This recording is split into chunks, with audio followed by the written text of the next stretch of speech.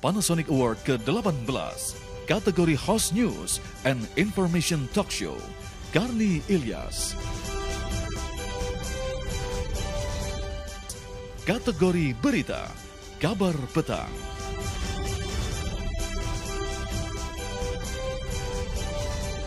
Kategori Investigasi dan Majalah Berita, Menyingkap Tabir. Telusur. Kirim kategori Host News Program, Brigita Manohara.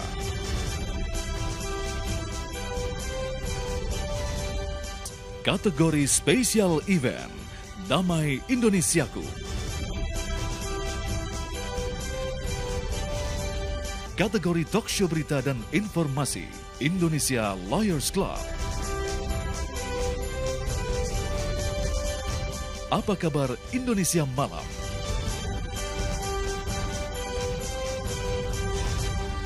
Meja Bundar.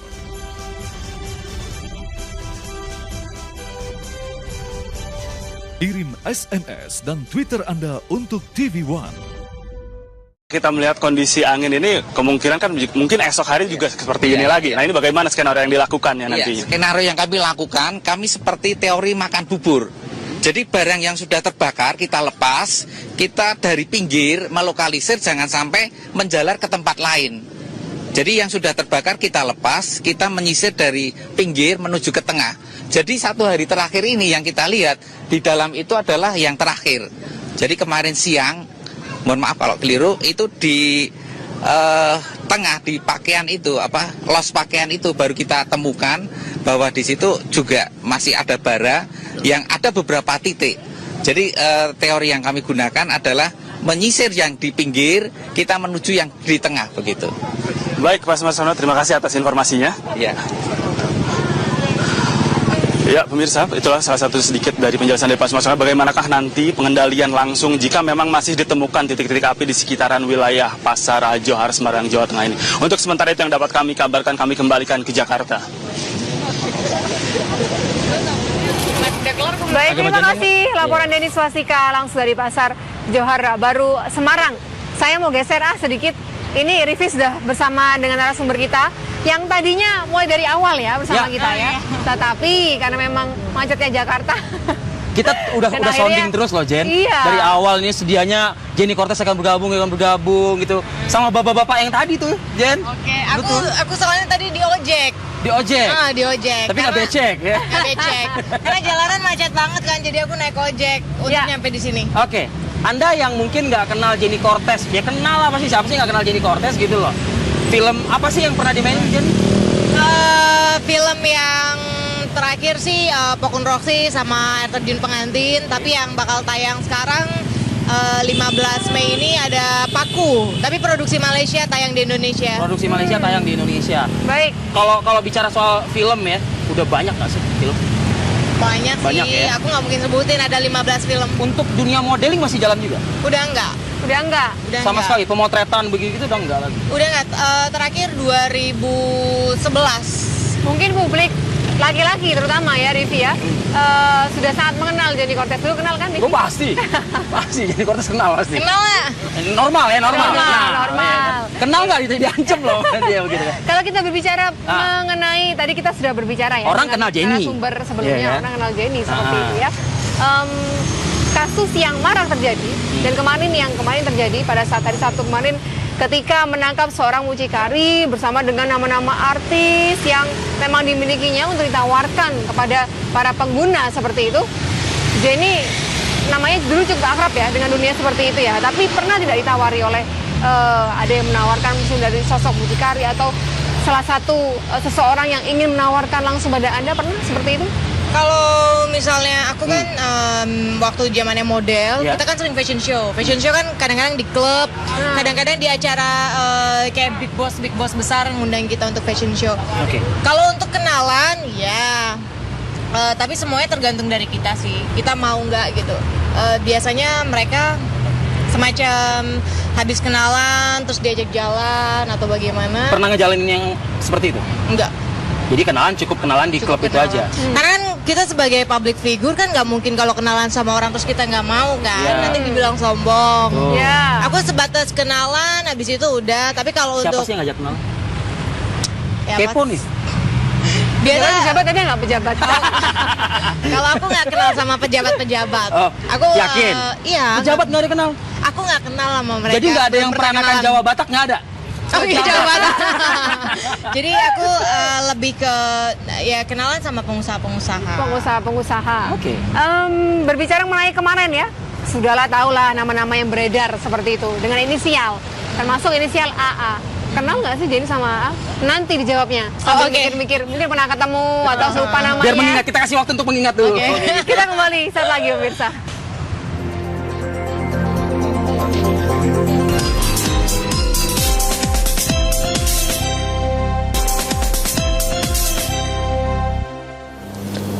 Saya juga biasa kayak gitu, kayak klien itu juga ada link di bawah klien, bisa ada linknya lagi biasanya.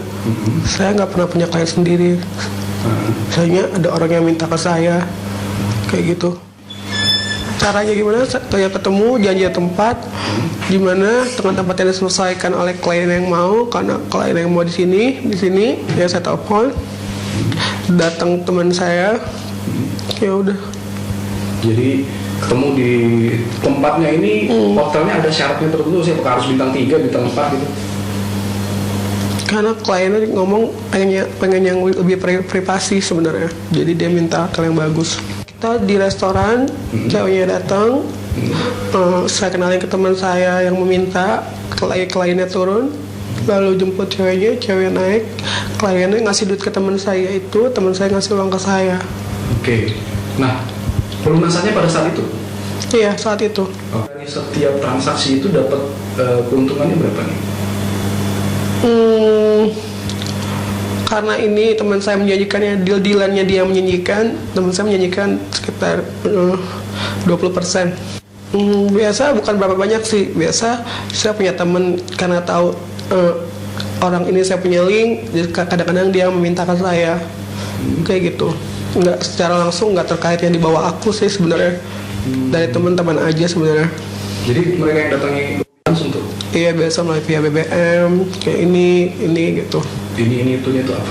Iya kayak ya seperti itu, kayak dia nanya karena dia tahu mungkin dia minta, Kak ada side job nggak, ada ini nggak, ada itu nggak.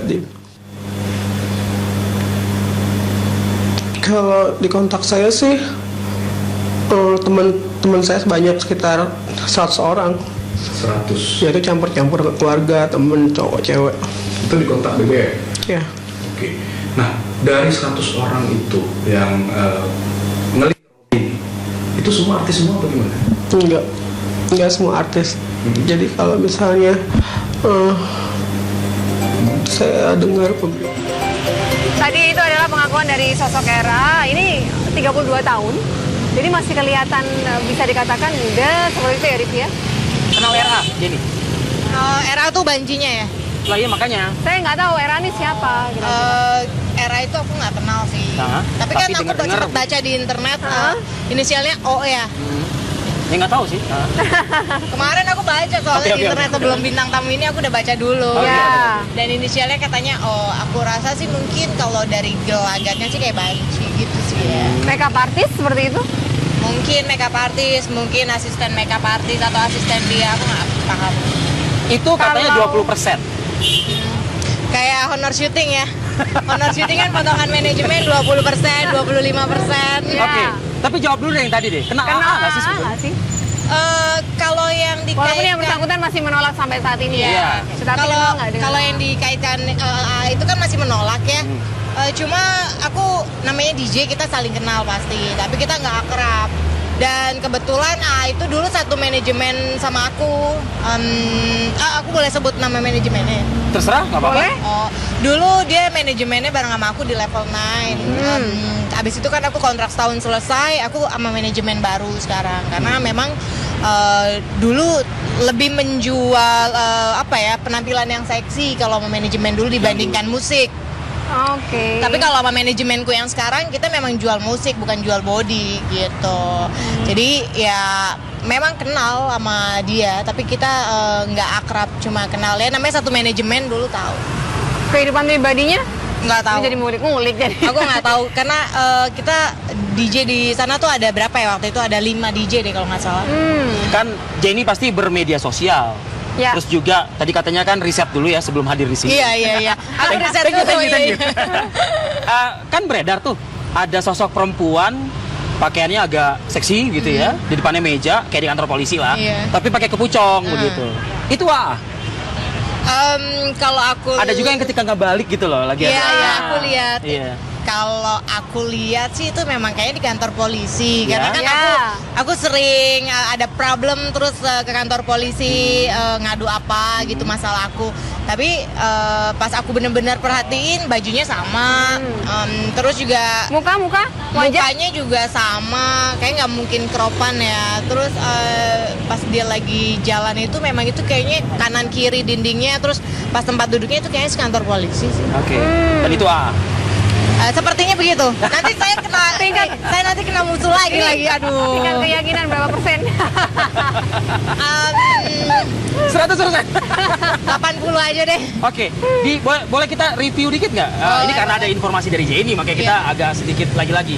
Namanya wartawan kepo banget gitu ya. Jadi manajemen yang lama nih Jen, manajemen yang lama itu menjual lebih banyak ke body gitu ya. Apakah itu untuk kebutuhan yang sifatnya itu domain publik, yang body tadi itu, atau jangan-jangan juga melalui manajemen itu juga memanfaatkan ya oknum-oknum tadi gitu ya untuk diperjualbelikan ke mereka-mereka. Sejauh ini manajemen tidak sampai turut campur urusan Masalah seperti pribadi itu ya? enggak.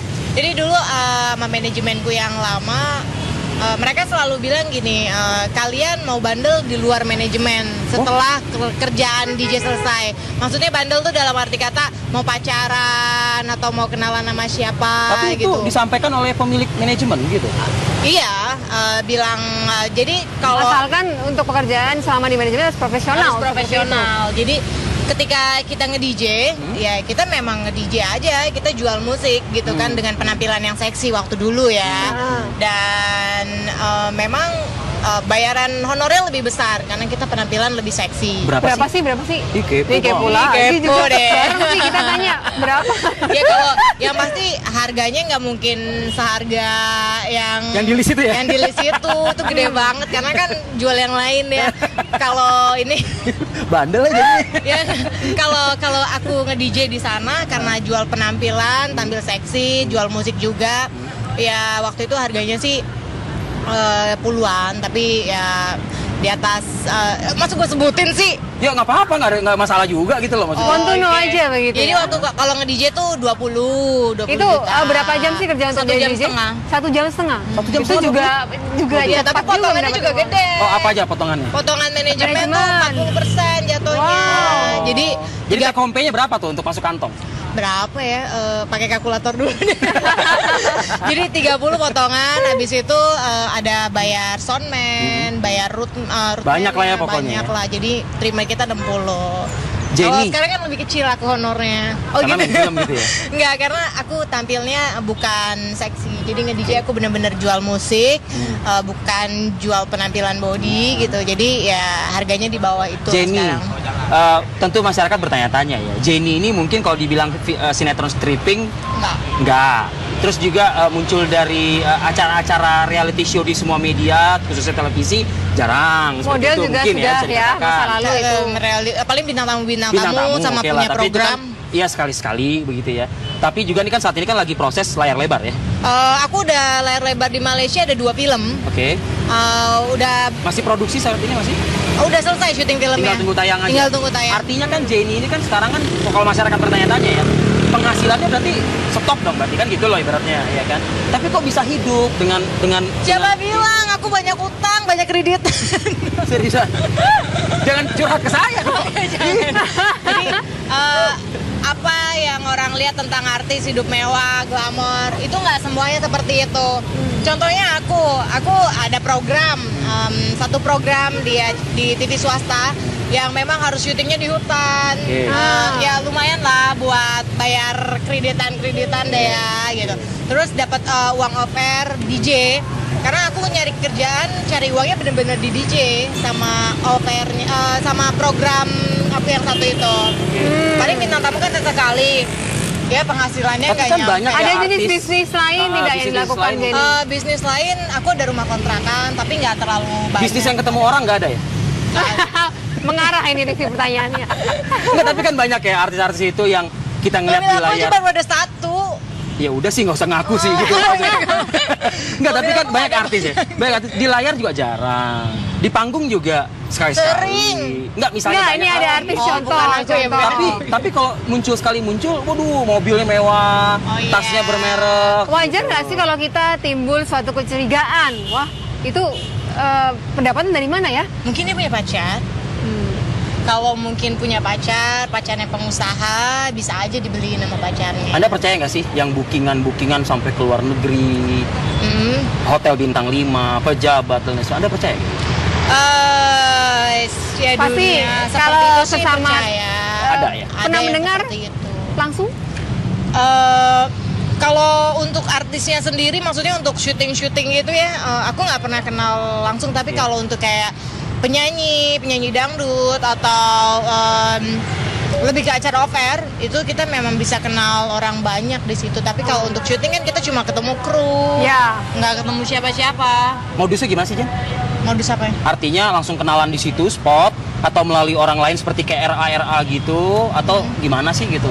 Kalau aku sendiri, kalau misalnya aku nge-DJ, itu kan biasa yang punya klub. Tadi kan kenal sama pengusaha katanya kan? Iya, pengusaha-pengusaha aku pasti kenal. Karena setiap aku nge-DJ atau aku nge-MC di acara off-air, itu kan pasti pengusaha mau kenalan kan sama Iya. pembawa acaranya Iya, kan. iya. Ya hanya sebatas kenalan, ya kenalan. Lanjut? Tapi nggak ada perantara apa-apa. Lanjut gitu? Enggak. Ada tidak ajakan untuk berlanjut? Oh, kalau ajakan kayak makan, lunch atau dinner ada. Karena kan sebenarnya kalau kitanya sopan, orang juga jadi segen sama kita. Iya. Yakin Baik. cuman lunch doang? Iya. Kepo. Kalau nggak aku mobilnya udah Mercy. Tadi naik ojek. Aku tadi naik ojek. Gimana sih? Nggak pencitraan kan ini? Kenapa? Nggak pencitraan. Enggak. Malah motor dari sini nanti aku lumayan buat ke bengkel kayaknya. Honornya bisa disebut, karena nggak enak nanti Oke, kalau ketahuan oke. gitu ya. Jadi terakhir, Jen, apa pesan moral yang Jenny bisa tangkap dari kasus AA, RA gitu, dan kehidupan Jenny, baik itu masa lalu, saat ini dan ke depan, apa pesan moralnya? Ya pesan moralnya yang pasti kita sebagai public figure, kalau kita mau punya kehidupan mewah pasti kerjanya harus banyak menjual karya, prestasi. Tapi kalau misalnya kita mau hidup mewah tapi kerjaan kita sedikit, orang kan menganggap kita lebih ke arah negatif ya gitu. Jadi lebih baik ya kalau mau negatif boleh di belakang, tapi nggak perlu pamer-pamer harta, bikin orang curiga gitu. Kalau Jadi, ketahuan juga jangan bohong gitu iya ya? kalau ketahuan ya ngomong aja. Atau sekalian jangan sampai melakukan hal itu sekalian. Oh gitu iya. ya. Karena sebenarnya kalau mau cari uang sih di acara off air juga bisa kok gitu. Oke, Jenny, Baik. sukses Oke. untuk semua karir Karirnya yang ya. dijalaninya lah. Iya. Semoga tidak terjerumus dalam hal yang sama. Betul. Aku jadi pacar pengusaha aja. Oh ya, Iya, itu cari-cari kembali ke pacar diri Anda pengusaha ya, aja, begitu oke. ya. Ini sekalian promosi dong bagi ini. Ya. Baik, Jenny nanti yang 1 sampai 15 nih tolong jelasin ya. Baik, kita Rahasia itu sih. Rahasia Biar gitu ya? penyidik yang tahu. Oke. Dan wartawan. Selanjutnya, Win. Selanjutnya kita terfokus pada agenda hari ini. Ya, 11, 12, 13 di Surabaya, Jawa Kongres Timur. ke-6 Partai Demokrat. Ya, dan tapi sebelumnya ada yang menarik. Apa tuh? Karena ada yang mengupload foto pertemuan antara putranya. Di Instagramnya Bu Ani. Nah, bersama dengan Ketua Umum Megawati Soekarno Putri, PDIP. Apa maksud pertemuan ini? Apakah ini rekonsiliasi? Ataukah hanya sekedar meminta restu jalannya Kongres? Sesaat lagi temukan jawabannya, tetap bersama kami di Apa Kabar Indonesia.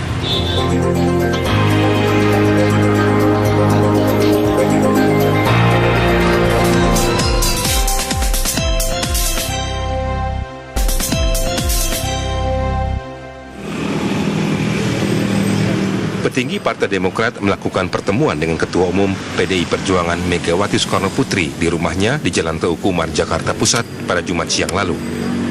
Pertemuan ini dilakukan di tengah maraknya isu reshuffle dan menjelang Kongres Partai Demokrat di Surabaya, Jawa Timur. Kedua petinggi Demokrat yang menemui Megawati adalah Sekjen Partai Demokrat Edi Baskoro Yudhoyono, Ketua Harian Partai Demokrat Syarif Hasan, dan Wakil Ketua DPR Agus Hermanto. Syarif Hasan menyatakan bahwa kedatangannya untuk mengundang Megawati Soekarnoputri sebagai Presiden Republik Indonesia ke-5 dan Ketua Umum PDI Perjuangan untuk hadir dalam Kongres Partai Demokrat di Surabaya, Jawa Timur nanti. Kita sepakat bahwa komunikasi dan kemitraan antara Partai Demokrat dan PDI Perjuangan itu akan lebih ditingkatkan ke depan. Ya. Sejak di PAN kemarin kan juga kompak tuh Pak antara KAHYR dan KMP, ini seperti apa? Iya, ini artinya kalau memang demi untuk kepentingan rakyat, demi untuk kepentingan bangsa, ya kita harus bersatu.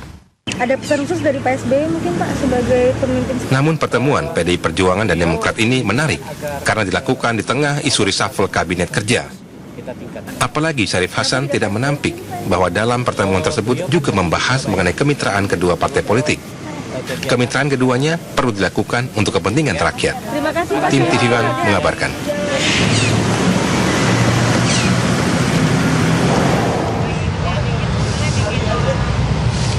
Baik, besok ya rencananya besok malam akan dibuka untuk Kongres Partai Demokrat, dan selain dua narasumber kita pagi hari ini ada Mas Yunarto, kemudian ada Mas Zainal Abidin juga tergabung melalui sambungan telepon ya bersama kami pagi hari ini Pak Syarif Hasan di Surabaya.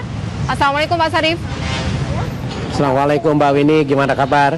Assalamualaikum Mbak Winnie, gimana kabar? Alhamdulillah baik Pak Syarif, sudah nampak visual dari Pak Syarif ya, langsung dari Surabaya.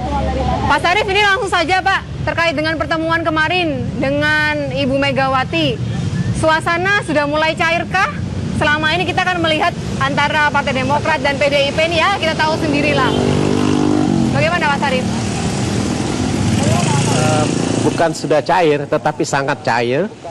Dan sebenarnya komunikasi institusi Partai Demokrat dengan PDI Perjuangan itu sangat baik ya.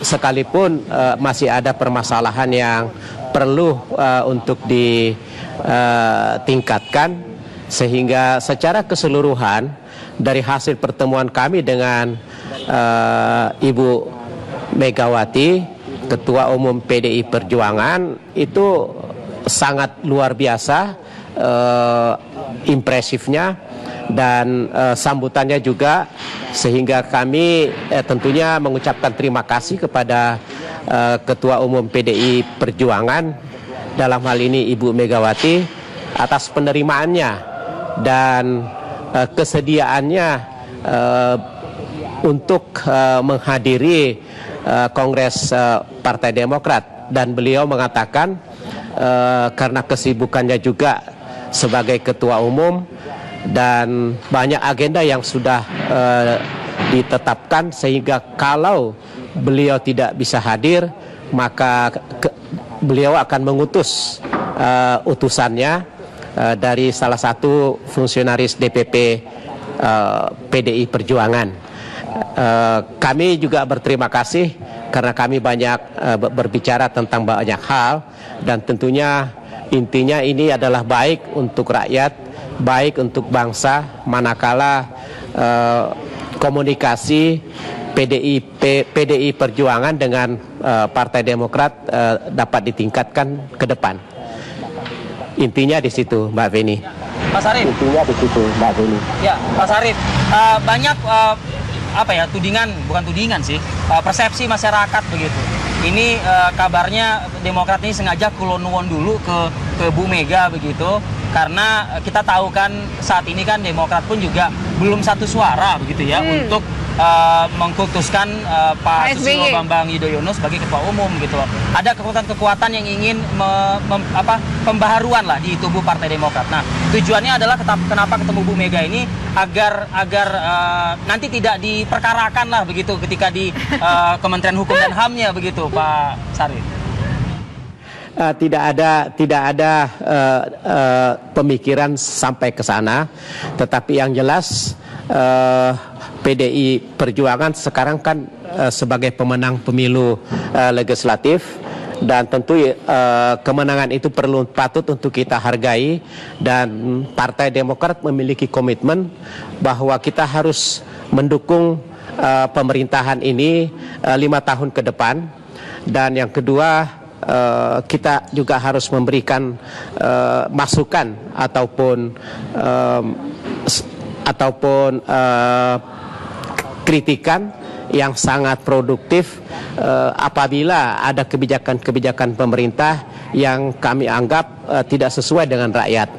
Dan kebijakan kami juga adalah kami menginstruksikan kepada seluruh kader-kader Partai Demokrat yang sekarang menjabat sebagai eksekutif, baik gubernur, wali kota ataupun bupati saat ini, itu wajib hukumnya untuk mendukung presiden kita, Presiden Jokowi. Itu adalah komitmen kita. Justru itu kami menganggap perlu untuk menemui Ketua Umum PDI Perjuangan, yang dalam hal ini apalagi beliau adalah Presiden Republik Indonesia yang kelima. Itulah yang mendasari mengapa kami merasa perlu untuk mengantar langsung ke undangan tersebut kepada Ketua Umum PDI Perjuangan. Kalau begitu Pak Sarif, kenapa tidak Presiden ke-6 yang datang juga ke sana gitu loh? Istilahnya silaturahmi langsung. Ini sudah pasti nanti suasana bisa sangat cair mungkin. Kan ada ketua hariannya, Win. Ada ketua hariannya, biarlah kesempatan ketua harian lah. Ada Mas Yunarto Wijaya dan juga Pak Zainal Abidin tadi yang juga sudah ketawa-ketawa, senyum-senyum kecil begitu. Kenapa ini? Gitu kan? Kita nanti lanjutkan lah ya. Tidak, berikut kami akan kembali.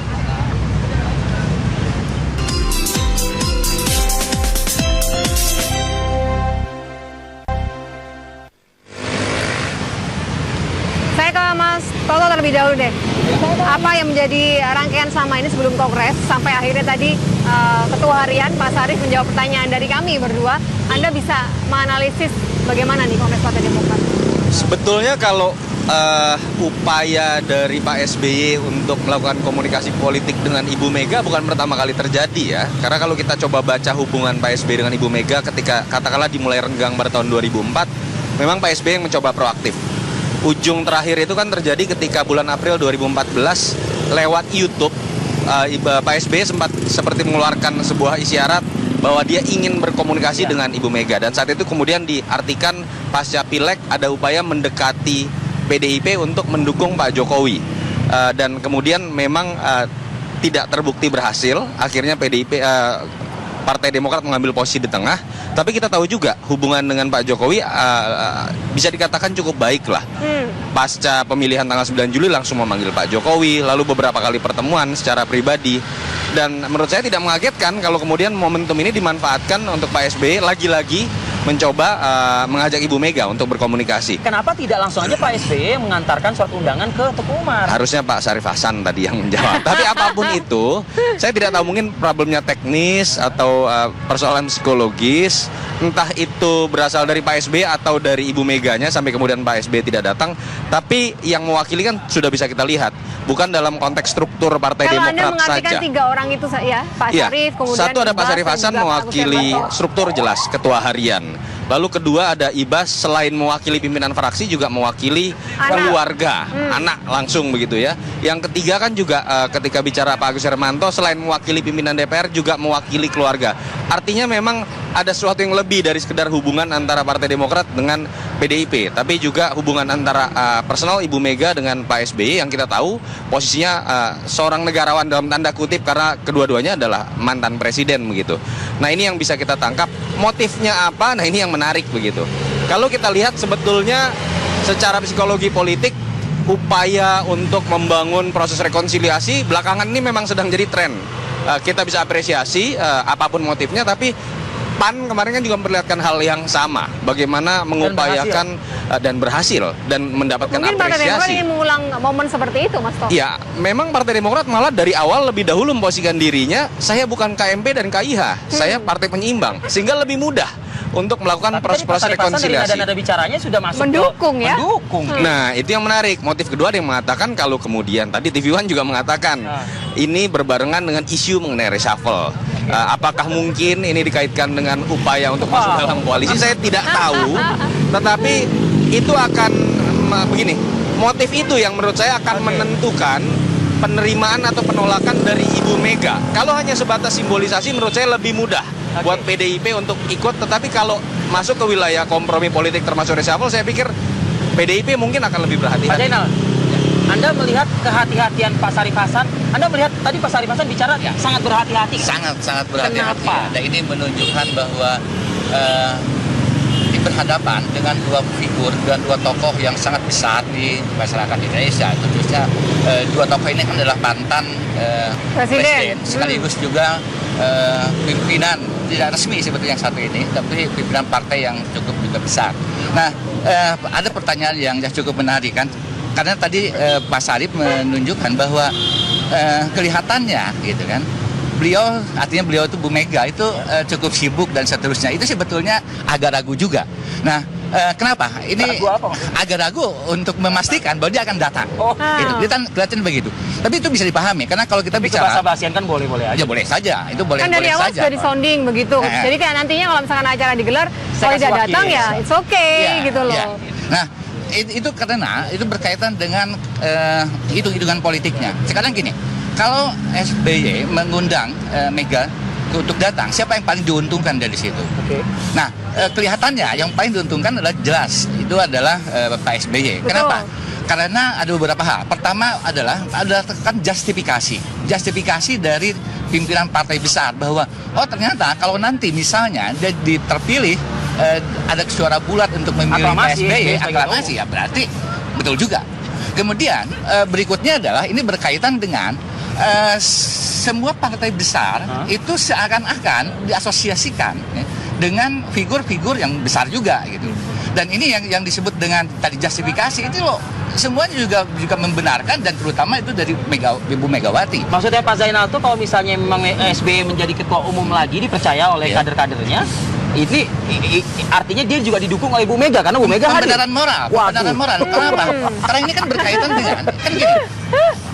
Semua ini sinyalemen bahwa mikir-mikir lagi lah Ibu nih kalau misalnya mau hadir kan gitu jadi. Dia makanya siapa yang paling diuntungkan dari situ? Siapa yang paling diuntungkan?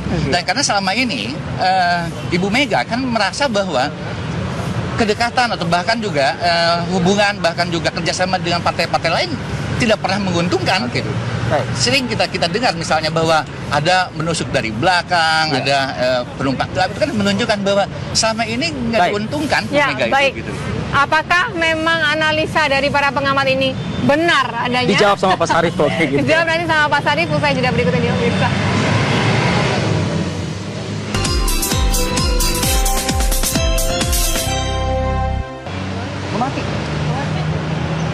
Baik, langsung saja kita akan menuju Pak Sarif. Pak Sarif, beri pernyataan dari Anda. Apakah memang dari dua pengamat kita ini benar adanya seperti itu, Pak Sarif? Tadi yang sudah diutarakan.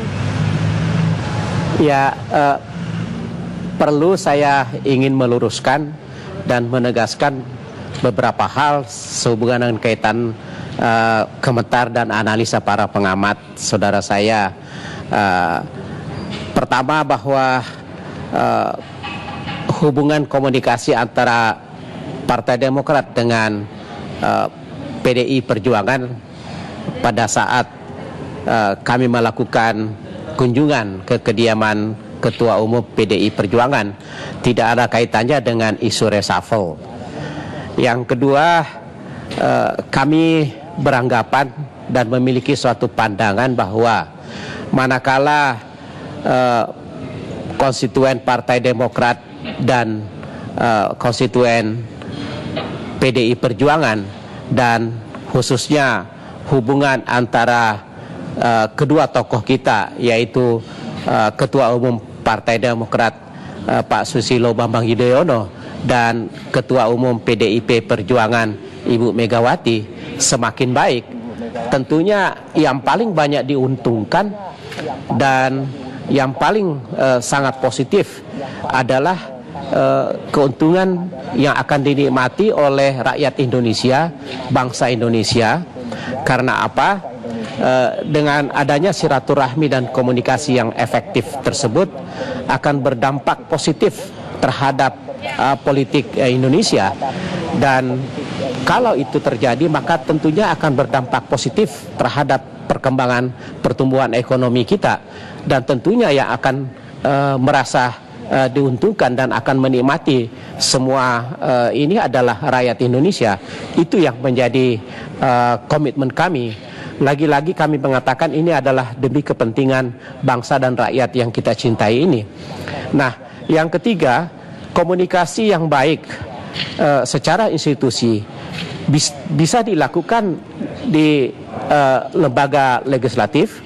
Kita bisa berkolaborasi manakala kebijakan dari pemerintah itu betul-betul untuk kepentingan rakyat, maka komitmen Partai Demokrat adalah mendukung. Dan yang ketiga, kita bisa bekerja sama di dalam hal pemilu kada yang sebentar lagi akan dilakukan pada bulan Desember tahun 2015 ini secara serentak seluruh Indonesia. Dan sangat terbuka kemungkinan dan bahkan sudah terjadi bahwa kolaborasi antara Partai Demokrat dan PDIP Perjuangan di daerah-daerah itu sangat banyak. Sehingga ini lagi-lagi yang diuntungkan adalah demi kepentingan bangsa dan rakyat Indonesia. Itulah yang mendasari mengapa kami menganggap perlu untuk selalu meningkatkan komunikasi politik dengan semua partai. Bahkan juga komunikasi itu juga tentunya perlu untuk ditingkatkan dengan PDI Perjuangan. Itulah yang mendasari mengapa kami menganggap bahwa perlu ada suatu komunikasi yang lebih ditingkatkan bagi seluruh pimpinan partai politik di Indonesia. Sekali lagi saya mengatakan ini adalah suatu komitmen dan suatu kebijakan yang perlu untuk kita dukung bersama, dan tidak ada kaitannya dengan pemilihan ketua umum. Kalau ketua umum kami sekarang dapat dipastikan bahwa hampir semua pimpinan-pimpinan cabang, hampir semua pimpinan-pimpinan DPD yang memiliki hak suara sampai saat ini firm dan hanya mendukung dan mencalonkan Dr. Susilo Bambang Yudhoyono sebagai Ketua Umum Partai Demokrat periode 2015-2020. Nah, namun kami perlu menjelaskan bahwa prinsip demokrasi masih tetap kami buka. Durasi kita sangat tipis sekali. Halo. Ya, kita masih akan terus memantau Pak Sarif besok begitu di ajang Kongres ke-6 Partai Demokrat tentunya. Waktu masih panjang Pak Sarif begitu, dan sukses tentunya untuk Partai Demokrat di Kongresnya ke-6 ini. Dengan Ketua Umum. Betul. Yang baru pastinya. Dan juga terima kasih Mas Sinarto. Kita akan pantau terus. Pak Zainal, Pak Bidin. Maaf durasi kami sudah habis ini Mas. Tapi setidaknya sudah cukup lengkap tadi ya. Betul. Apa yang dipaparkan oleh para pengamat dan juga Pak Sarif Hasan sebagai Ketua Harian Partai Demokrat. Kita harus berakhir. Sudah memulai aktivitas lagi pemirsa, sudah pukul 8.30. Tetap semangat hari Senin. Saya Uni Cahit dan juga Arif Fadil. Terima kasih, sampai jumpa.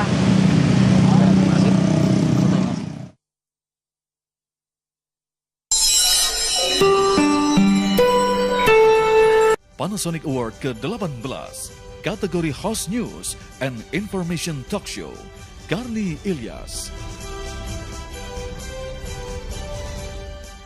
Kategori Berita, Kabar Petang.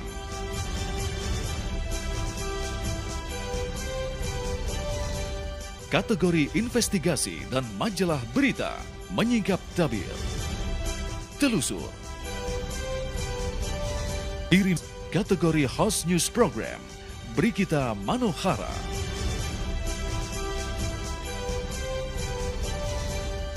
Kategori Special Event, Damai Indonesiaku.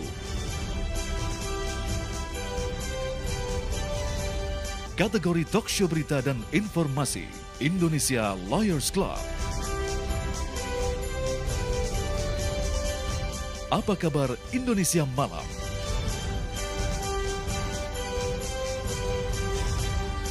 Meja Bundar.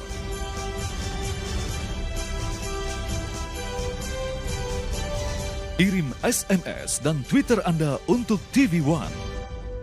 Yang sudah terbakar kita lepas, kita dari pinggir melokalisir jangan sampai menjalar ke tempat lain. Jadi yang sudah terbakar kita lepas, kita menyisir dari pinggir menuju ke tengah. Jadi 1 hari terakhir ini yang kita lihat di dalam itu adalah yang terakhir. Jadi kemarin siang, mohon maaf kalau keliru, itu di tengah di pakaian itu los pakaian itu baru kita temukan bahwa di situ juga masih ada bara yang ada beberapa titik. Jadi teori yang kami gunakan adalah menyisir yang di pinggir, kita menuju yang di tengah begitu. Baik, Pak Sumarsono, terima kasih atas informasinya. Ya. Ya, pemirsa, itulah salah satu sedikit dari penjelasan dari Pak Sumarsono. Bagaimanakah nanti pengendalian langsung jika memang masih ditemukan titik-titik api di sekitaran wilayah Pasar Johar, Semarang, Jawa Tengah ini. Untuk sementara itu yang dapat kami kabarkan, kami kembalikan ke Jakarta. Baik, terima kasih laporan Denny Swastika langsung dari Pasar Johar Baru, Semarang. Saya mau geser sedikit. Ini Riffi sudah bersama dengan narasumber kita yang tadinya mulai dari awal ya bersama kita ya. Tetapi karena memang macetnya Jakarta. Kita udah sounding terus loh, Jen. Iya. Dari awal ini sedianya Jenny Cortez akan bergabung gitu. Sama bapak-bapak yang tadi tuh, Jen. Oke, aku soalnya tadi di ojek. Di ojek. Panasonic Award ke-18, kategori Host News and Information Talk Show, Karni Ilyas. Kategori Berita, Kabar Petang.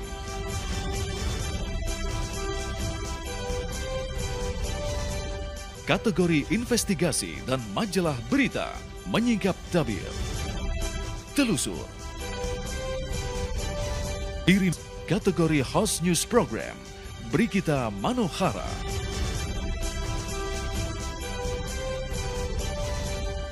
Kategori Special Event, Damai Indonesiaku.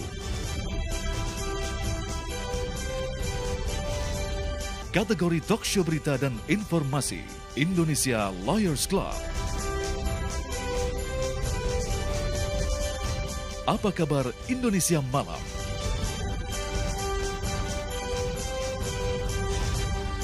Meja Bundar.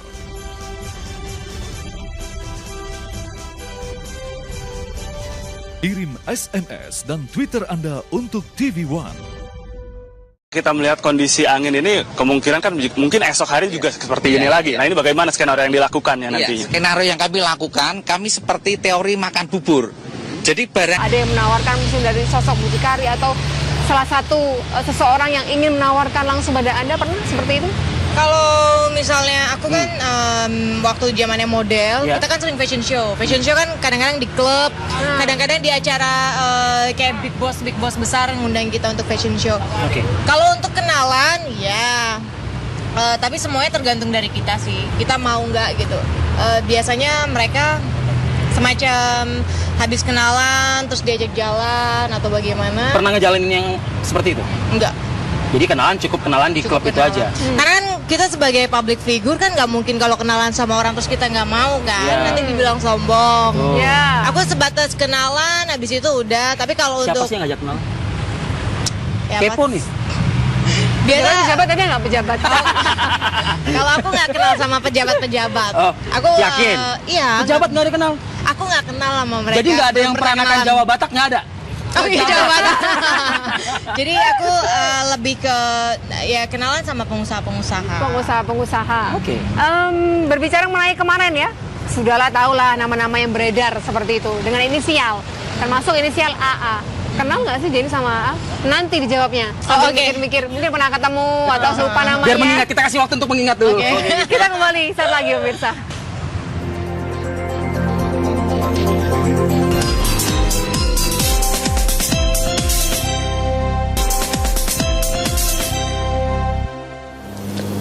Saya juga biasa kayak gitu, kayak klien itu juga ada link di bawah klien, bisa ada linknya lagi biasanya. Saya nggak pernah punya klien sendiri, biasanya ada orang yang minta ke saya kayak gitu. Caranya gimana? Saya ketemu janji tempat, gimana dengan tempat yang diselesaikan oleh klien yang mau, karena klien yang mau di sini, ya saya telepon, datang teman saya, ya udah. Jadi ketemu di tempatnya ini, hotelnya ada syaratnya tertentu sih, apakah harus bintang 3, bintang 4 gitu? Karena kliennya ngomong pengen yang lebih privasi sebenarnya, jadi dia minta hotel yang bagus. Kita di restoran, ceweknya datang, saya kenalin ke teman saya yang meminta, kliennya turun, lalu jemput ceweknya, cewek naik, kliennya ngasih duit ke teman saya itu, teman saya ngasih uang ke saya. Oke, nah pelunasannya pada saat itu? Iya, saat itu. Dari setiap transaksi itu dapat keuntungannya berapa nih? Karena ini teman saya menjanjikannya, deal-dealannya dia menjanjikan. Di ojek. Tapi nggak becek ya? Nggak becek. Karena jalanan macet banget kan, jadi aku naik ojek untuk nyampe di sini. Oke. Anda yang mungkin nggak kenal Jenny Cortez, ya kenal apa sih? Siapa sih nggak kenal Jenny Cortez gitu loh? Film apa sih yang pernah dimainin, Jen? Film yang terakhir sih Pokun Roxy sama Air Terjun Pengantin, tapi yang bakal tayang sekarang 15 Mei ini ada Paku, tapi produksi Malaysia tayang di Indonesia. Produksi Malaysia tayang di Indonesia. Baik. Kalau bicara soal film ya, udah banyak nggak sih film? Banyak sih, ya? aku nggak mungkin sebutin, ada 15 film. Untuk dunia modeling masih jalan juga? Udah enggak. Sama sekali, pemotretan begitu udah enggak lagi? Udah enggak, terakhir 2011. Mungkin publik laki-laki terutama ya, Rivi ya, sudah sangat mengenal Jenny Cortez. Dulu kenal kan? Gue pasti Jenny Cortez kenal pasti. Kenal nggak? Normal. Normal. Kenal nggak itu diancam loh dia begitu. Kalau kita berbicara mengenai, tadi kita sudah berbicara ya. Orang kenal Jenny. Sumber sebelumnya orang kenal Jenny seperti itu ya. Kasus yang marak terjadi dan yang kemarin terjadi pada saat hari Sabtu kemarin, ketika menangkap seorang mucikari bersama dengan nama-nama artis yang memang dimilikinya untuk ditawarkan kepada para pengguna seperti itu. Jenny namanya dulu cukup akrab ya dengan dunia seperti itu ya, tapi pernah tidak ditawari oleh